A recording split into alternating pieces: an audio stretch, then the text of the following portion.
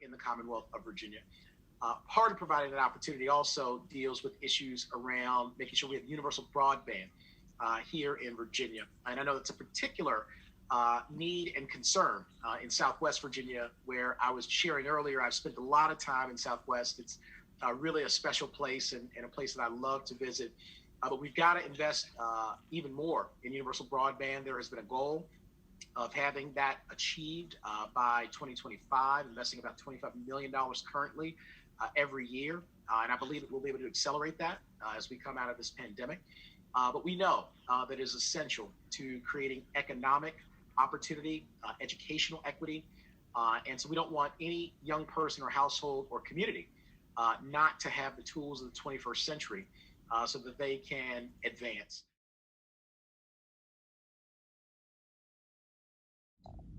Thank you for that question. And in particular, because it's a crisis that I don't want us to forget. In the midst of all of the other crises that we are now facing, the opioid crisis continues to rage on in the Commonwealth. We hit a point where we were losing over 1,000 lives to this scourge. And part of my specific plans to deal with it are both with regard to reforming our laws so that it makes it easier to give people treatment as opposed to punishment. We saw that the ability for people to, for instance, report overdoses without having criminal liability saved lives. Also, the drugs that allow the reversal, Narcan and others, of the effects of overdoses, providing those to people free of charge is a critical part of our ability to deal with this crisis. But also, we've got to start at the beginning and not just deal with issues once they have arisen. And I think what you see in terms of the risk factors for opioid addiction in the Commonwealth and throughout our nation is manifold, but it also, in many cases, boils down to the lack of economic opportunity, the lack of health care. You see people who are oftentimes in despair, who don't have gainful employment, whose family situations are very difficult. And so what we have got to do is to provide that economic opportunity where it does not currently exist. And so Taylor Jenkins asks that so much has changed in this world and even law-wise since your initial entrance into this office. In that time, how do you think that your experiences have prepared you in seeking election as Virginia's next governor? And on top of that, I'd also like to know what your plans are for no-knock warrants and qualified immunity. Yes. Well, thank you. Let me take those very quickly in reverse so I can address the latter part quickly. We banned no-knock warrants in Virginia as part of our sweeping criminal justice reform, and very proud of that. We saw the role that played in so many tragedies, including in Louisville, Kentucky, and the death of Breonna Taylor. And qualified immunity, I believe, needs to be substantially changed, if not abolished, because, again, what we have seen is too often these tragedies that have occurred. And I know that there are substantially, many efforts around the country to reform policing practices being led here in Virginia, but there needs to be that level of accountability. And we need to have training that reinforces best practices, that stops shooting of unarmed individuals, that deals with issues around implicit and racial bias, and that stops the killings of people, particularly racial minorities, African Americans, what we've seen around our nation, even as we all right now are witnessing the trial of Derek Chauvin, who is charged with murdering George Floyd in Minneapolis, Minnesota. And so those are, again, parts of our criminal justice reform that we have achieved and that we're continuing to still work on. All right, I'll introduce another one. So we have a couple on gun control here in the Q&A. Let's see if I can find. So in the last few years, there have been a push for more stringent gun control in the Commonwealth, but it has been met with significant opposition from counties and municipalities, often known as Second Amendment sanctuaries. How do you plan to address gun violence in the Commonwealth without punishing law-abiding gun owners? Great question. And we've done a substantial amount on gun violence prevention in dealing with our laws here in Virginia. And I don't believe that our focus should ever be on punishing law-abiding gun owners. Instead, it should be on preventing the gun violence scourge that we've seen in Virginia and around our nation.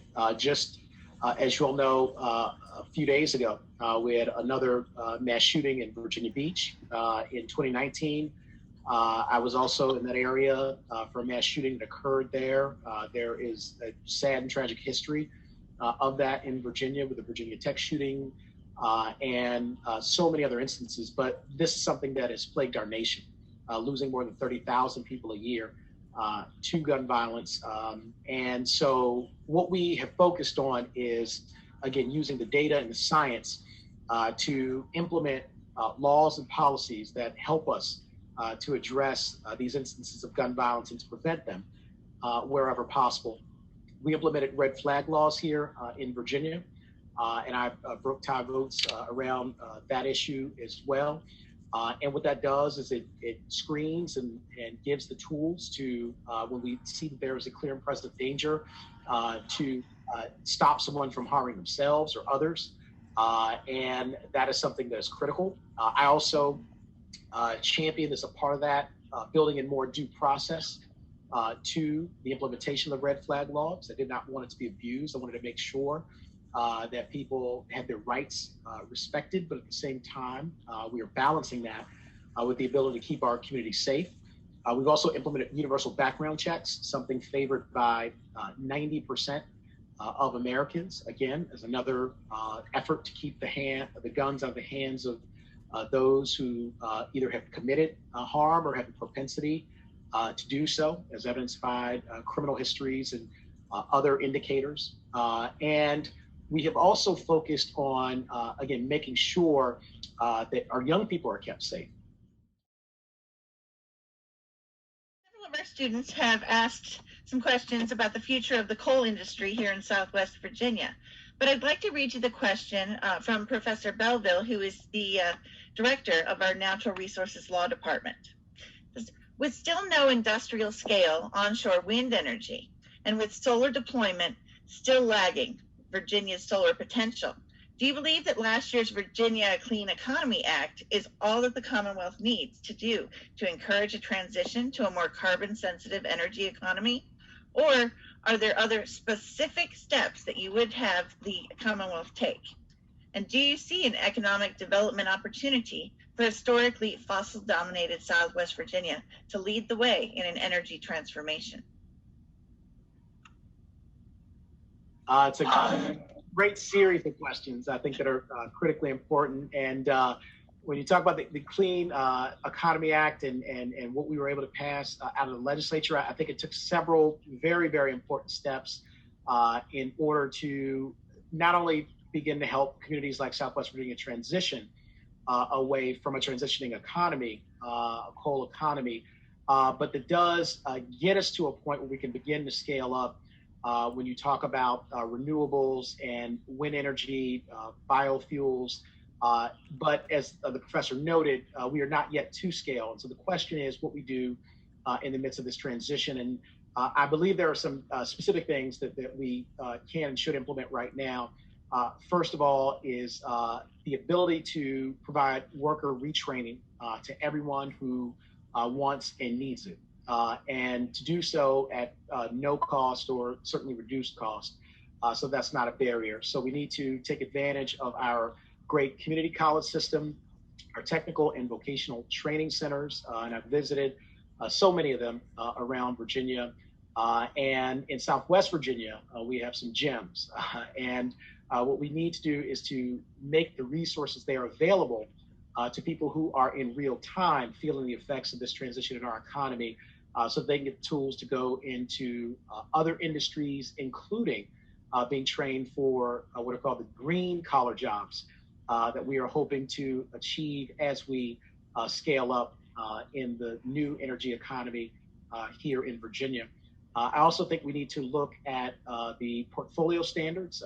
We know right now that they're voluntary, and there is a robust and important discussion about whether or not making mandatory portfolio standards a practice here in Virginia, again, working to ensure that investment is being driven into these new economy energy industries, because again, that is where most of the energy will be generated going forward.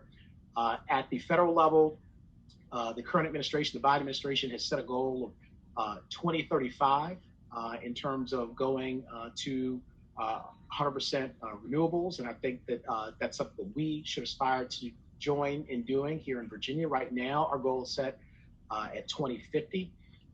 And what that's going to take is, again, a concerted effort between the public and the private sector to make sure that we are training the workforce that is able to take those jobs, but then making the large-scale macroeconomic investments that create the market in the market forces that allow those industries to thrive here in Virginia. So manufacturing. To ensure rural children in Appalachia and across the state receive an equitable education to those in more affluent communities. Yes, this is one of the critical issues of equity, of economic opportunity, of justice and fairness in our time, is ensuring that our young people and our communities have equal access to a high quality education, no matter where they live in the Commonwealth of Virginia. And what I have said is that I believe we really need a Marshall Plan for our public school system. And that's what my 40-30-10 proposal is really geared toward providing.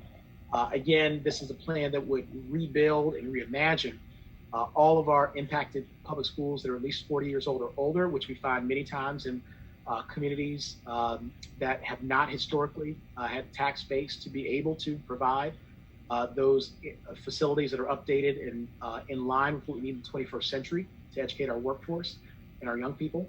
And it would be a $30 billion investment, it would be, and we would do all of that within 10 years. So we want to make sure that young people have technology that will allow them to go out and pursue higher education and to pursue jobs and careers. Unique in a way that the governor has a fair amount of influence on the legislative process.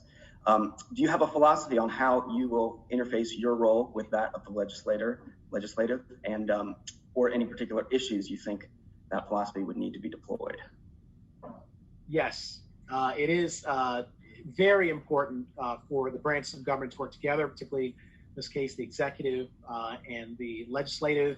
And as someone who, again, presides over the Senate as Lieutenant Governor of Virginia, but also works closely with Governor Northam and the administration, I have gotten to see up close and personal how effective communication, how leadership, and how working together can produce very good results. Again, whether that's on Medicaid expansion, raising minimum wage, gun violence prevention, dealing with issues around climate change, investing more in education. We've been able to achieve so many of these things because we have worked together as well.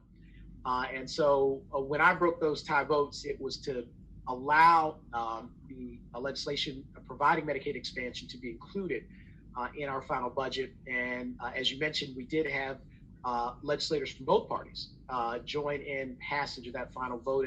And to me, that is really a source of pride for all Virginians, because these issues, when we talk about providing health care to families, we talk about supporting, in particular, our rural hospitals, which we have seen closing at an alarming rate because they have not been able to be reimbursed for care that they provided, and the jobs that come with that in the healthcare industry and beyond. To me, it's not a partisan issue. It is an issue that goes to the heart of what we want for each of us and each of our families and each of our communities. And so I was very, very proud that on a bipartisan basis, we were able to pass Medicaid expansion in Virginia, joining, by the way, at that time, 32 other states, some of whom can be defined as blue, some of whom can be defined as red, depending upon how one looks at it politically. But what that shows, too, is that this is a human issue and a human rights issue that should go beyond party. And as you mentioned, the benefits that have accrued now in Southwest Virginia and throughout the Commonwealth of Virginia are extraordinary. And I'm very proud to have played a role in being able to break those ties in the Senate.